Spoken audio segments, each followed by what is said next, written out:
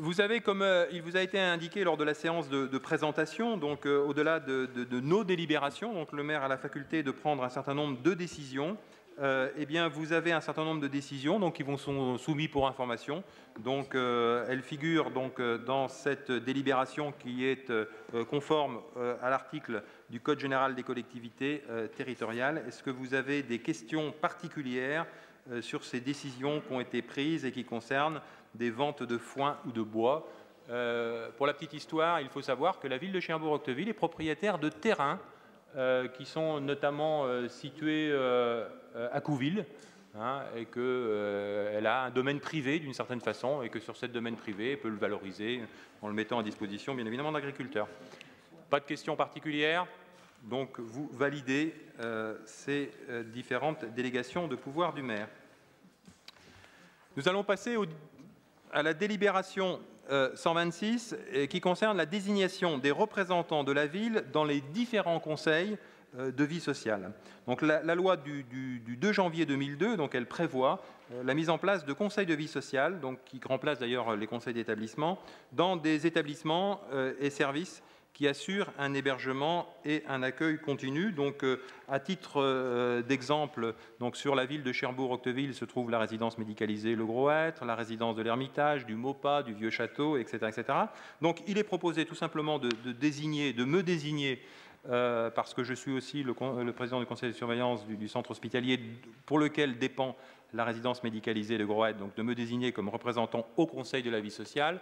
Ce Conseil de la vie sociale, je parle sous le contrôle de Frédéric Bastian, qui connaît bien ce type de structure. Donc il réunit à la fois les usagers, les familles et les agents. Les familles et les agents, et il permet, entre guillemets, d'évoquer, je veux dire, le fonctionnement quotidien de ces différents établissements et parfois de pallier un certain nombre de petits dysfonctionnements qui peuvent apparaître dans le fonctionnement. Donc il est proposé donc de me désigner à la résidence médicalisée Le Gros-Hêtre, de me désigner Monsieur Louiset à la fois donc à la maison de retraite René et Lucie Schmitt et à l'Ermitage ainsi qu'au Maupas, Monsieur Bastian pour le Vieux Château, les Roquettes, la Quincampoise, qui est établissement donc géré par la ville de Cherbourg-Octeville, Madame Joso Marinier au titre de sa délégation pour le Conseil de la vie sociale de la maison d'enfants à caractère social, et Madame Godin pour les centres d'hébergement Louise Michel et Pauline Roland.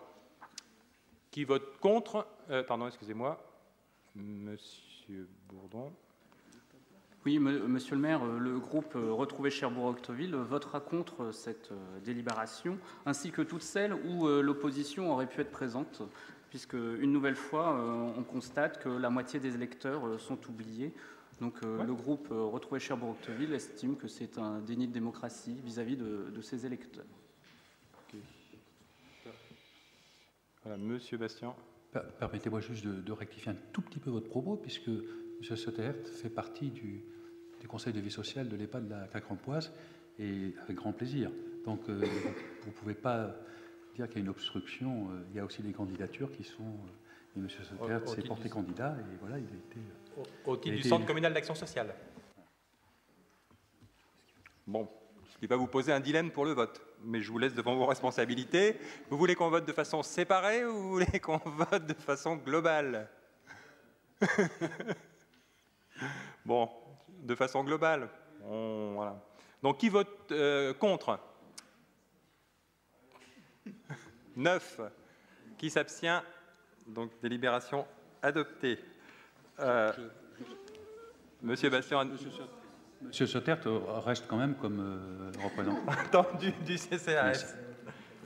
OK.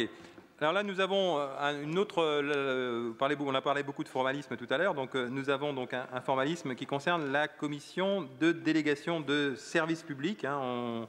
On avait délibéré donc, pour expliquer la dernière fois ce qu'était que cette commission de délégation de services publics, qui d'ailleurs aura l'occasion de se réunir assez rapidement. Et donc, c'est un scrutin de liste. C'est un scrutin de liste. Donc, nous avons eu des dépôts de listes qui ont été faites. Donc, je vous propose eh bien, tout simplement de mettre dans l'urne qu'il va circuler donc les bulletins qui correspondent à la liste pour lequel vous apportez votre suffrage. Je répète que ceux qui ont des pouvoirs peuvent voter 2 fois. Et puis ce que je vous propose, c'est qu'on fera le dépouillement pendant qu'on passera aux autres délibérations. Je ne sais pas comment. Ah, si, elles sont là. T'es en forme, Jean-Michel?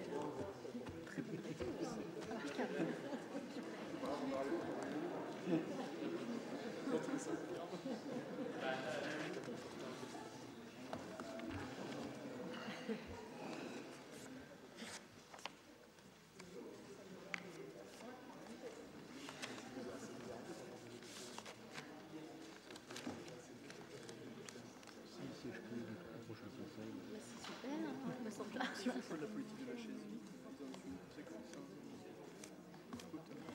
là, ils vont être prêts leur propre piège, parce que nous donner, ils sont obligés de revenir. Non, il le faut une fois pour Mac. Moi, si vous m'avez dit aussi,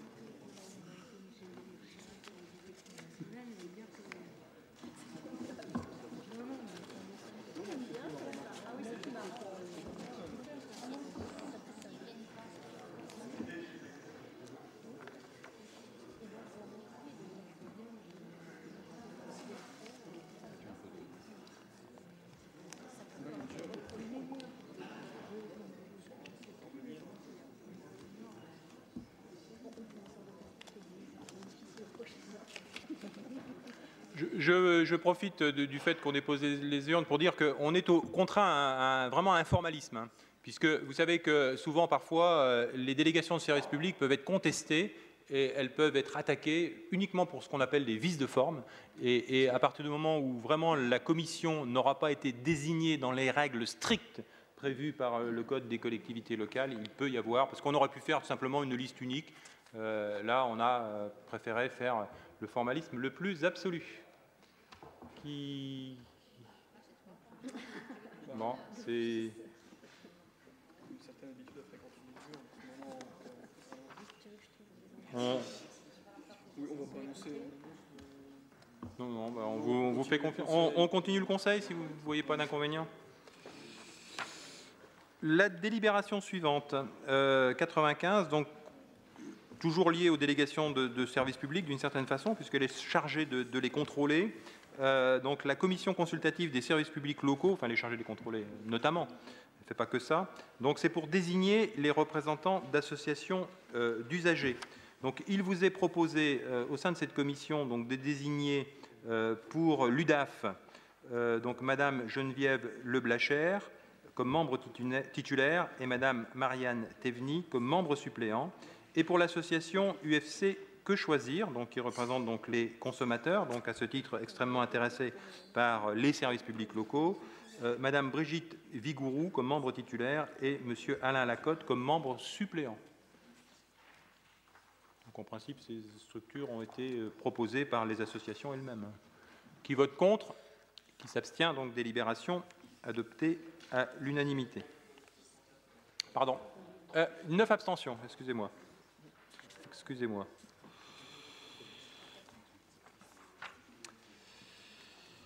L'association donc pour la gestion de la maison de retraite pour personnes âgées René et Lucie Schmitt, pour lequel nous avons désigné un représentant pour le Conseil de la vie sociale, et cette fois-ci nous désignons un représentant pour le Conseil d'administration. Donc il est proposé de désigner en titulaire M. Michel Louiset et en suppléant M. Frédéric Bastian. Qui vote contre? Qui s'abstient? 9 abstentions. Je vous en remercie.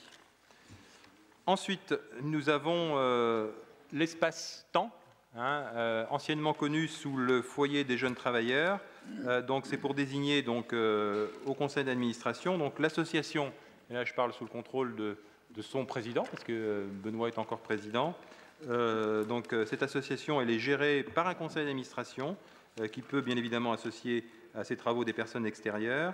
Il est composé de 13 membres, 2 membres de droit, donc le maire ou son délégué, qui est désigné par arrêté. Donc nous n'avons pas à nous prononcer, c'est un peu particulier, mais c'est comme ça, nous n'avons pas à nous prononcer sur la personne qui est chargée éventuellement de me représenter quand je ne peux pas moi-même y siéger. Et ensuite, donc, un conseiller municipal qui est désigné par le conseil municipal, objet de cette présente délibération. Ensuite, 2 membres institutionnels et puis des membres actifs. Il est proposé donc pour siéger donc en tant que représentant de la ville au conseil d'administration désigné par le conseil municipal. Donc il est proposé de désigner donc Madame Claudie Launois. Qui vote contre, qui s'abstient, 9 abstentions, délibération adoptée. Nous passons également donc aux associations d'économie solidaire, objet de la délibération numéro 104. Donc nous avons 2 structures qui sont d'un côté l'îlot des échanges et de l'autre Solidar ID. Donc l'îlot des échanges gère une épicerie solidaire sur le quartier sud-est et Solidar ID organise donc un groupement d'achat, lui, sur le quartier des Vallons. Donc il est proposé, et notamment, alors c'est un peu en lien avec ses attributions au niveau de la communauté urbaine de Cherbourg en tant que vice-présidente, notamment en charge de l'économie sociale et solidaire, de désigner pour ces 2 structures, à la fois l'îlot des échanges d'un côté et Solidar ID de l'autre, Madame Claudie Launois. Monsieur Soetert, vous vouliez vous exprimer? Attendez, voilà. Oui, Monsieur Holgat, j'aimerais juste mettre les choses au clair. Et ce qu'a dit Monsieur Bastien, c'est que je ne suis pas représentant de la ville, mais du CCAS, où Monsieur Bastien m'a permis de m'exprimer et j'en suis ravi. Donc n'essayez pas de mettre notre groupe à mal, puisque moi je peux tenter aussi en disant que Monsieur Louiset n'a donné de pouvoir à personne et n'est pas là aujourd'hui, donc on peut se poser aussi la question. Si, il m'a donné un pouvoir. Vous ne l'avez pas précisé. Merci. Pas précisé.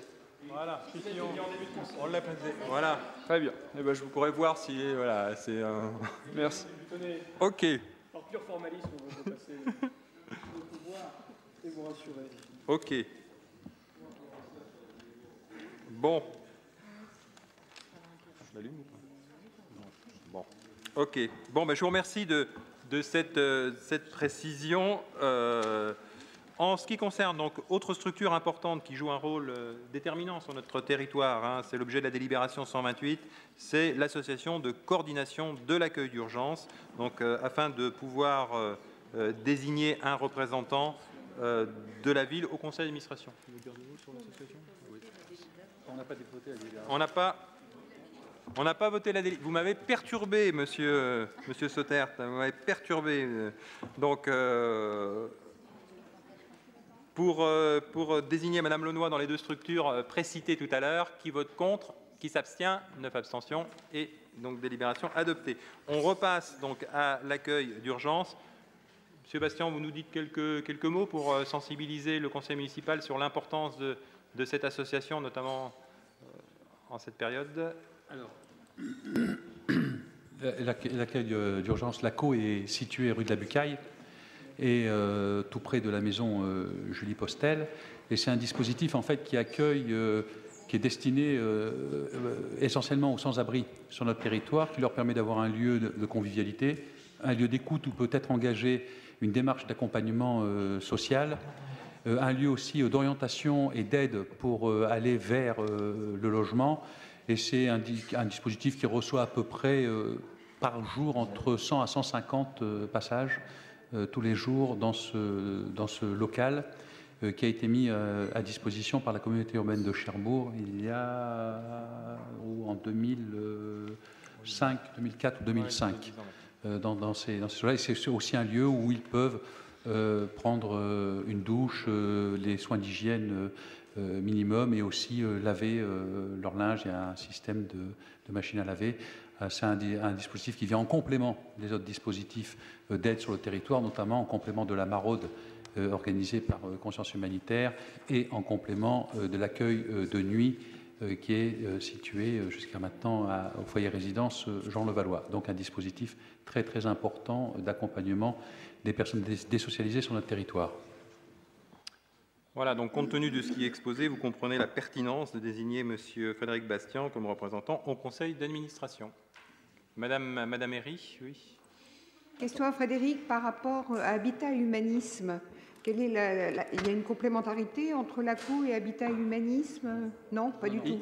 C'est deux structures parallèles. C'est deux structures qui n'ont juridiquement rien à voir, mais qui peuvent d'une certaine façon être complémentaires dans les parcours d'insertion par le logement des personnes qui sont bien évidemment sans abri.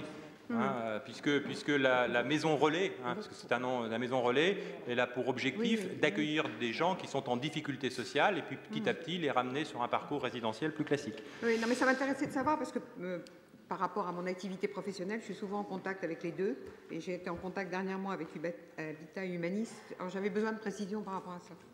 Merci. Ce qui montre aussi, on ne va pas faire un débat sur le logement, mais ce qui montre aussi qu'on a besoin sur notre ville et sur notre agglomération de ce qu'on appelle des logements intermédiaires dans le cadre de parcours résidentiels qui permettent à des personnes qui sont dans la rue de pouvoir petit à petit, même si c'est extrêmement difficile, de pouvoir se réinsérer dans un parcours normal. Pour la désignation de M. Bastien, qui vote contre? Qui s'abstient? Délibération adoptée à l'unanimité, Frédéric. Nous passons maintenant à une autre structure qui est connue sur le territoire, qui est le Conseil intercommunal de sécurité et de prévention de la délinquance, le CISPD. Donc c'est pour désigner les délégués de la ville de Cherbourg-Octeville. Donc vous voyez que le CISPD donc, a un comité de pilotage qui est composé donc, de multiples représentants, notamment des services de l'État, et monsieur le préfet, enfin madame la préfète, monsieur le sous-préfet, monsieur le procureur de la République, le commissaire principal, le directeur du service pénitentiaire d'insertion et de probation, le directeur départemental, etc., etc. Donc plus des élus, le vice-président de la communauté urbaine, le représentant du conseil général, et ainsi de suite. Et puis il nous est donc proposé de désigner 4 représentants en sus du maire. Et en règle générale, donc, ce sont les adjoints ou les conseillers municipaux délégués qui sont en charge de dossiers qui sont bien évidemment en relation avec les missions du Conseil intercommunal de sécurité et de prévention de la délinquance. Et à ce titre, donc, il est proposé donc, la nomination de Madame Thiolan, de Monsieur Boniadi, de Madame Godin et de Monsieur Bastien. Qui vote contre? Qui s'abstient? Délibération adoptée. La délibération 122 concerne donc l'association Les Petits Marmots. Les Petits Marmots, donc c'est une crèche parentale qui est située donc avenue de Bremerhaven et pour laquelle d'ailleurs la ville de mémoire avait assuré la maîtrise d'ouvrage de la construction, la maîtrise d'ouvrage déléguée de la construction du nouveau bâtiment, notamment dans le cadre de l'opération de renouvellement urbain et avec un appui d'ailleurs du contrat de territoire porté par le Conseil général de la Manche. Cette structure, c'est une crèche, ce qu'on appelle une crèche parentale, c'est une structure associative, donc ce sont les parents qui gèrent cet établissement. Néanmoins, nous avons un représentant, compte tenu des liens étroits avec cette association au conseil d'administration, et il est proposé de désigner Madame Muriel Joseau-Marinier. Qui vote contre? Qui s'abstient?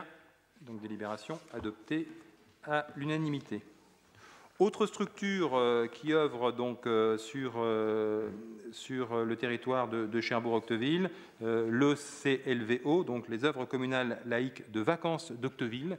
Donc c'est une structure qui organise des loisirs récréatifs destinés en priorité aux enfants des familles de la commune. Donc son siège social est fixé à la maison Olympe de Gouges. Il est proposé donc de désigner 3 représentants, Madame Muriel Joseau-Marinier, Monsieur Barzine Boniadi et Monsieur Hugo Poitvin. Qui vote contre? Alors, 9 contre. Qui s'abstient? Délibération adoptée. Une association également qui œuvre et qui est bien connue, qui s'appelle l'association Solaire.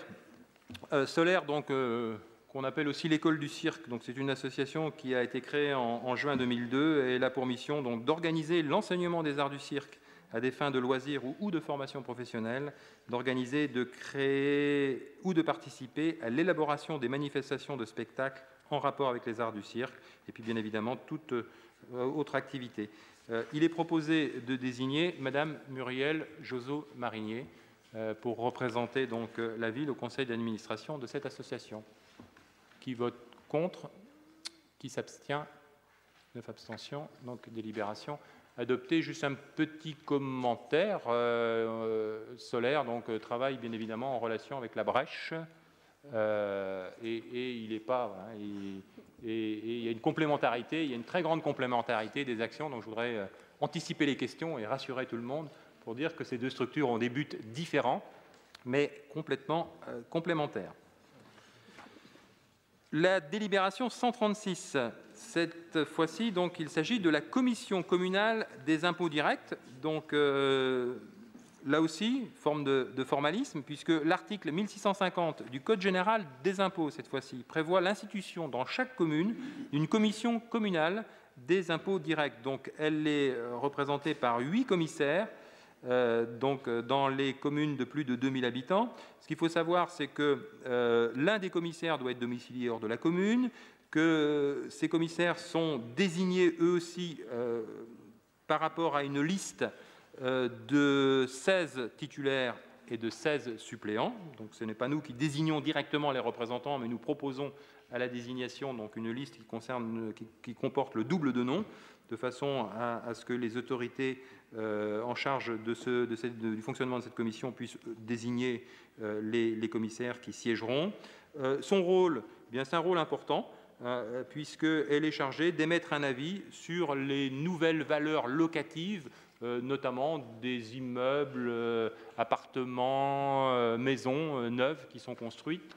Et puis également, donc, elle formule un avis sur les révisions de base cadastrale. Vous savez que les impôts, c'est le produit d'un taux voté par la collectivité et d'une base qui est, elle, estimée par les services fiscaux. Donc c'est un rôle important.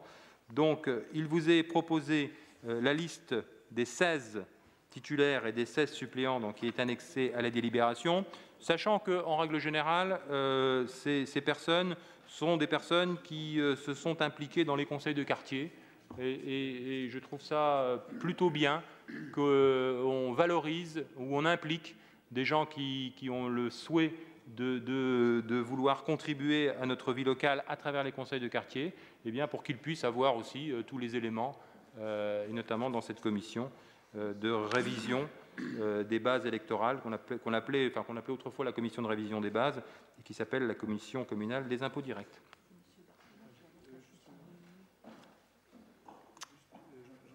Oui, il y a une petite modification.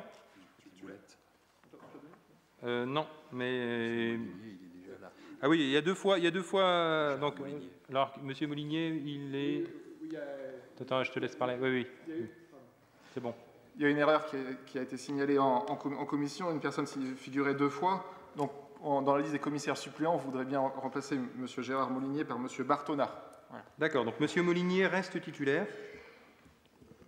Monsieur Molinier connaît bien la vie locale, puisque de mémoire, il a dû être conseiller municipal adjoint d'Octeville à l'époque de Monsieur Poirier. Autant qu'il m'en souvienne. Par rapport à cette désignation, qui vote contre? Qui s'abstient? Et puis ensuite, bon, je suppose que les autres votent pour, donc parfait. Je vous en remercie. Voilà, nous avons terminé avec ce marathon que nous avions entamé lors de notre précédente séance, qui consistait donc à désigner les représentants, nos représentants dans les différents organismes. Vous mesurerez à travers l'ensemble de ces désignations l'intensité de la vie municipale et la façon aussi et le dynamisme de notre vie municipale à travers les multiples associations et multiples structures dans lesquelles nous avons successivement désigné des représentants.